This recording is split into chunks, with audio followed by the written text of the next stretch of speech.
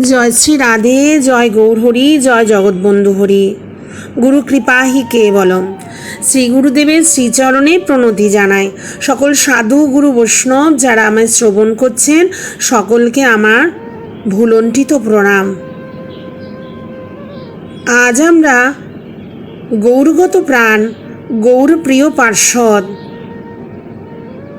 যার অঙ্গনে গৌর নৃত্য করে, যার অঙ্গনে গৌরের সব খেলা, সেই গৌর পার্ষদ শ্রীবাস পণ্ডিত ঠাকুরের কথা আমরা আস্বাদন করব। শ্রীবাস পণ্ডিতের জন্ম হয়েছিল শ্রীহট্ট জেলায়, ব্রাহ্মণ বংশে। বাবার নাম ছিল জলধর পণ্ডিত। নবদ্বীপে এসে বাড়ি করেন। আবার কুমারহট্টেও বাড়ি ছিল শ্রীবাস ঠাকুরের, কিন্তু নিয়ত বাসস্থান শ্রীধাম নবদ্বীপে। শ্রীবাস ঠাকুররা চার ভাই: শ্রীবাস, শ্রীরাম, শ্রীপতি আর শ্রীনিধি। ছোটবেলা থেকে শ্রীবাস ঠাকুর অত্যন্ত দুরন্ত ও উদ্যত শিরোমণি ছিলেন। কিন্তু যখন 16-17 বছর বয়স, গঙ্গার ধারে বেড়াতে বেড়াতে এক জায়গায় দেখতে পেলেন কিছু লোক গোল করে বসে কি যেন শুনছেন। মধ্যমণি হয়ে কে যেন কি কথা পাঠ করছেন। আগ্রহের সঙ্গে শ্রীবাস ঠাকুর সেখানে সেই লোকজনের পাশে গিয়ে শান্ত হয়ে বসলেন।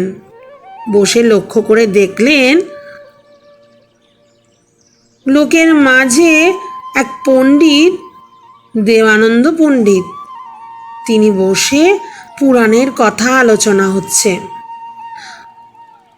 পুরাণের কথা নয়, ভাগবত কথা পাঠ করছেন তিনি। ভাগবতে প্রহ্লাদের কথা, নিতান্তই গল্প বলছেন দেবানন্দ পণ্ডিত। না প্রহ্লাদের ভক্তির কথা, না বলছেন কোনো শরণাগতির কথা, না বলছেন কৃষ্ণের চরণে কি করে সর্বসমর্পণ করেছেন ভক্ত প্রহ্লাদ তার কথা, কিছুই বলছেন না। শুধু অনন্য অনুবাদ করে শুধু প্রহ্লাদের কথাটাই এখানে হচ্ছে। ভক্তির সৌরভ মাত্র ছিল না। শ্রীবাস ঠাকুর প্রহ্লাদের কথা, প্রহ্লাদের চরিত্র শুনে সেই মুহূর্তে প্রহ্লাদের ভক্তির কথা চিন্তা করে প্রেমে আকুল হয়ে কাঁদতে লাগলেন।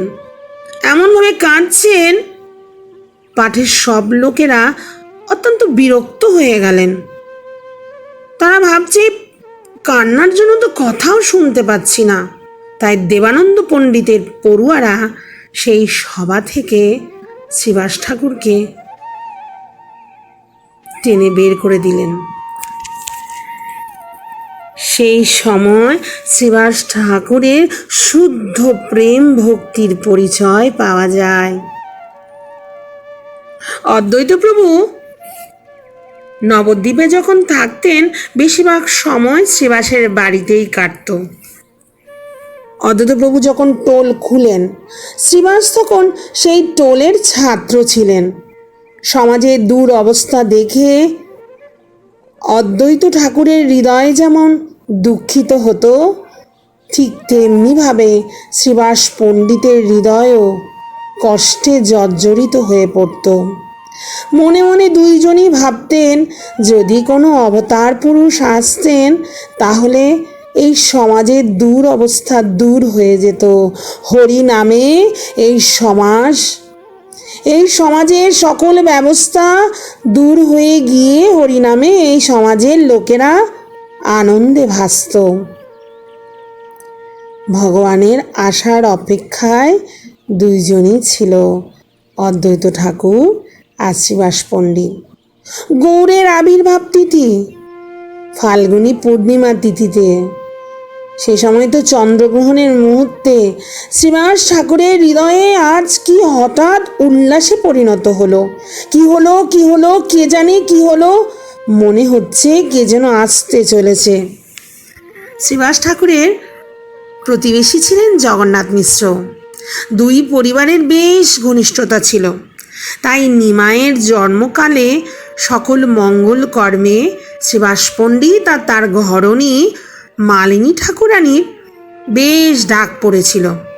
শ্রীবাস ঠাকুরও খুবভাবে সাহায্য করেছেন জগন্নাথ মিশ্রকে। মালিনী ঠাকুরানীর মধ্যে ছিল বাৎসল্য ভাব, আজ শ্রীবাস ঠাকুরের মধ্যে ছিল দাস্য ভাবের সেবা বাসনা। তারপর নিমাই যত বড় হতে থাকে, উদ্যতের শিরোমণি হচ্ছে, রূপে গুণে ভুবন মোহন আলো করত, কিন্তু বেশ বেশ কঠিন আচরণ, সারাক্ষণ সেই পুঁথি নিয়ে মুখ গোজে থাকা, মুখে একটু কৃষ্ণ কথা নেই, একটু ভক্তির আর্দ্রতা নেই।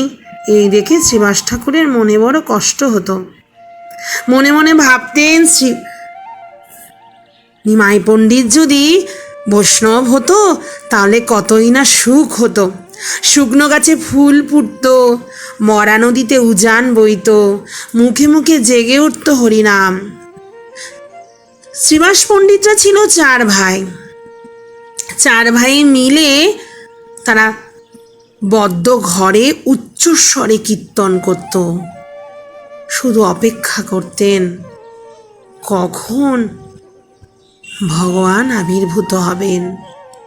এই নিয়ে শ্রীরাম নবদ্বীপের পাষণ্ডীরা খুব লাঞ্ছনা গঞ্জনা করত শ্রীবাস পণ্ডিতকে, কত ব্যঙ্গ কত বক্র উপহাস করত। তারা কতভাবে বলতো, আস্তে আস্তে কীর্তন করা যায় না, এত চেঁচাবার কি দরকার, পাগলের মতো নাচলেই কি ভক্তি হয়, শাস্ত্রে তো লেখা নেই। কেউ কি বলেছে এইভাবে নাচলে ভক্তি হবে? কেউ কেউ বলছে বেটাদের ঘর ভেঙে গঙ্গায় ফেলে দেব, কেউ বলছে তাড়িয়ে দাও নবদ্বীপ থেকে। সব কথা সহ্য করে শ্রীকৃষ্ণের আবার আবির্ভূত হবেন এই কলিতে, সেই আশা নিয়ে শ্রীবাস ঠাকুর নিত্য প্রতিদিন ভগবানের আশাপথে বসে থাকতেন। মনে মনে ভাবতেন, যদি জগন্নাথ মিশ্রের পুত্র নিমাই যদি বৈষ্ণব হতো, কিন্তু কি করে হবে? নিমাই পণ্ডিত তো বিদ্যারসে মত্ত। একদিন পথে দেখা নিমাইয়ের সঙ্গে, হাতে পুঁথিখানা। উদ্যতের শিরোমণি আসছে দেখে শ্রীবাস পণ্ডিত গর্জন করে বললেন, উদ্যতের শিরোমণি চলছো কোথায়? নিমাই তখন নমস্কার করে পদ্মনেত্রে শ্রীবাস পণ্ডিতের দিকে তাকালেন। শ্রীবাস পণ্ডিত বললেন, রাত দিন কি এত পড়ছো আর পড়াচ্ছ বলো তো? পুঁথির মধ্যে কি আছে? নিমাই তো নিজেই জানে না কি আছে এই পুঁথিতে। তখন শ্রীবাস পণ্ডিত বললেন, লোকে কেন পড়ে কেন জানো? শুধু একটা কথা জানার জন্যই লোকের এত আয়োজন, তার নাম হলো কৃষ্ণ কথা, কৃষ্ণ ভক্তি। শোনো, কৃষ্ণ কথা কৃষ্ণ ভক্তি একমাত্র কথা। এ কথা বললেন শ্রীবাস পণ্ডিত গম্ভীর মুখে। অনেক তো পড়লে, এখন একটু কৃষ্ণ ভজন করো। নিমাই পণ্ডিত তখন শ্রীবাস পণ্ডিতের দিকে তাকিয়ে একটু হেসে বললেন, আপনাদের কৃপা হলে একদিন তাও হতে পারে। গয়া থেকে ফিরে আসার পরই নিমাইয়ের মধ্যে প্রেমের বিকার জাগল। সচিমাতা ভাবলেন, পুত্র নিমাইয়ের বায়ু রোগ হয়েছে, তাই চিকিৎসক ডাকলো আমার নিমাইয়ের উন্মত্ত বায়ু ভালো করে দিক। শ্রীবাস ঠাকুর দেখতে আসলেন। আশ্চর্য, শ্রীবাস ঠাকুরের স্বাভাবিক অনুরাগে নমস্কার করল নিমাই। ভক্ত দেখে ভক্তি ভাব আরও বেড়ে গেল। নিমাই পণ্ডিত ভক্ত দর্শন করে মূর্ছিত হয়ে পড়লেন। শ্রীবাস ঠাকুর বুঝলেন, এ বায়ুরোগ না, একে তো বায়ুরোগ বলে না, এ তো মহাভক্তিযোগ। বাহ্য জ্ঞান ফিরে আসার পর নিমাই জিজ্ঞেস করলে, তোমার কি মনে হয় বায়ুরোগ এ আমার একটা বাই? শ্রীবাস ঠাকুর বললেন, তোমার উপরে শ্রীকৃষ্ণের অনুগ্রহ হয়েছে, তোমার শরীরে মহাভক্তি যোগ দেখতে পাচ্ছি। এরকম বাই যদি আমার হতো, তোমার যেমন বায়ুরোগ হয়েছে তা যেন আমার হয়।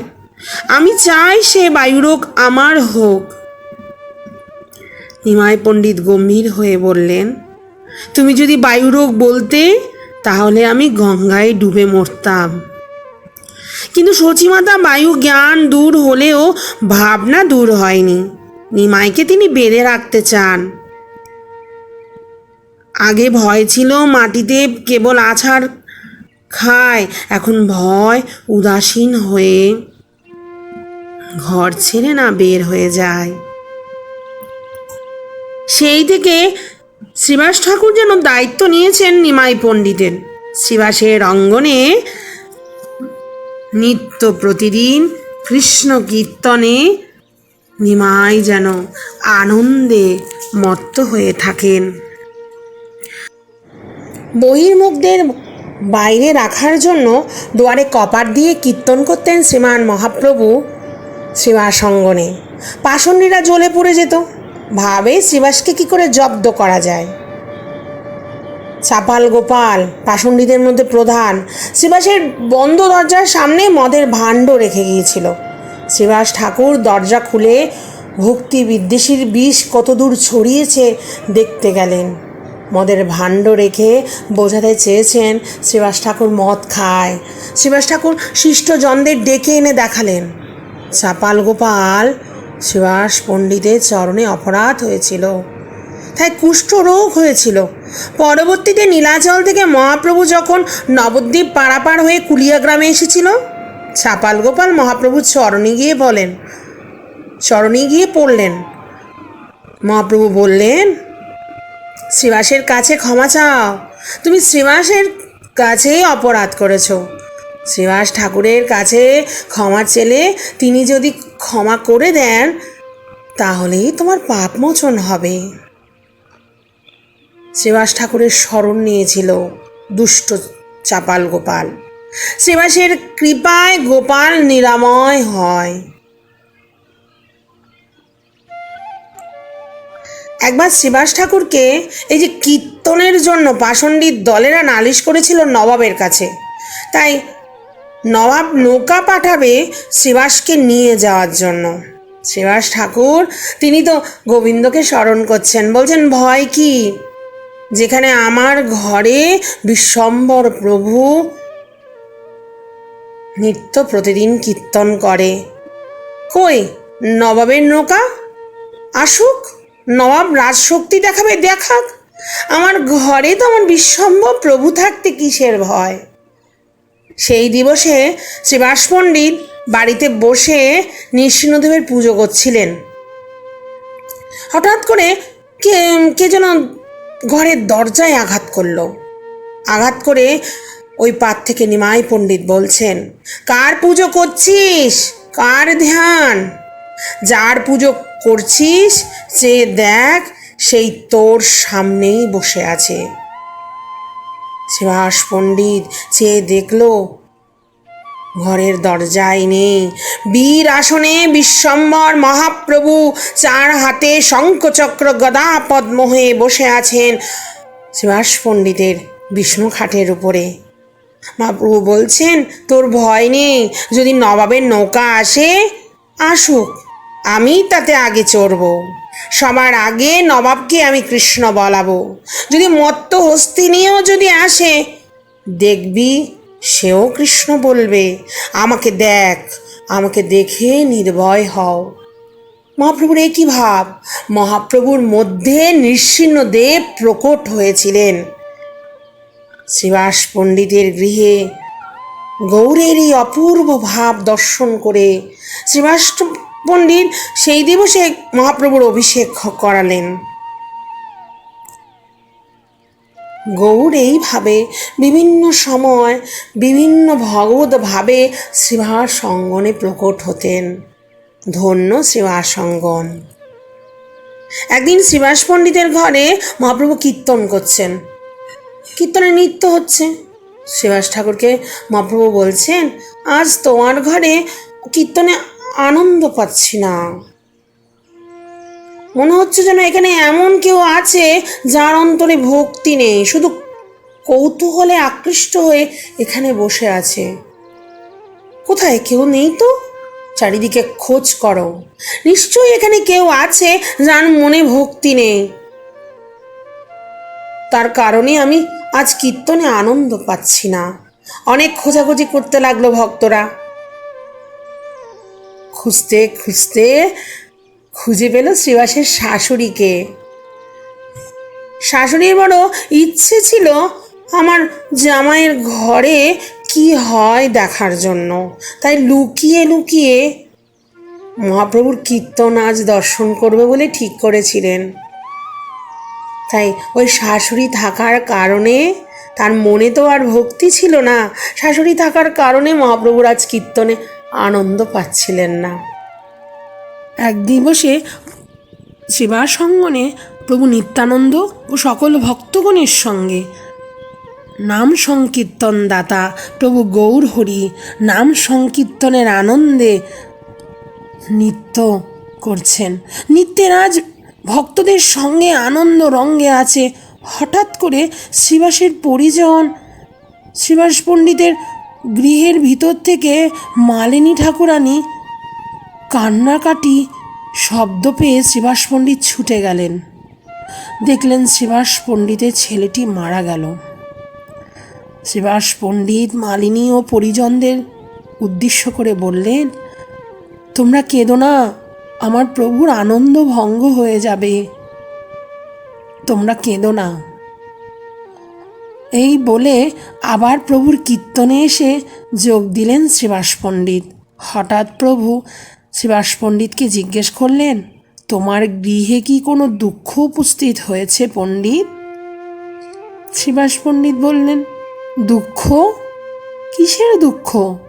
যার ঘরে তুমি, তোমার প্রসন্ন মুখ, সে ঘরে কি আবার দুঃখ আসতে পারে প্রভু? না, প্রভু বলেন, না, আজ আমার হৃদয়টা বড় কেঁদে উঠছে। প্রভুকে, শ্রীবাসকে জোর করাতে প্রভুকে শ্রীবাস পণ্ডিত বললেন, প্রভু, আমার ছেলেটা আজ মারা গেল।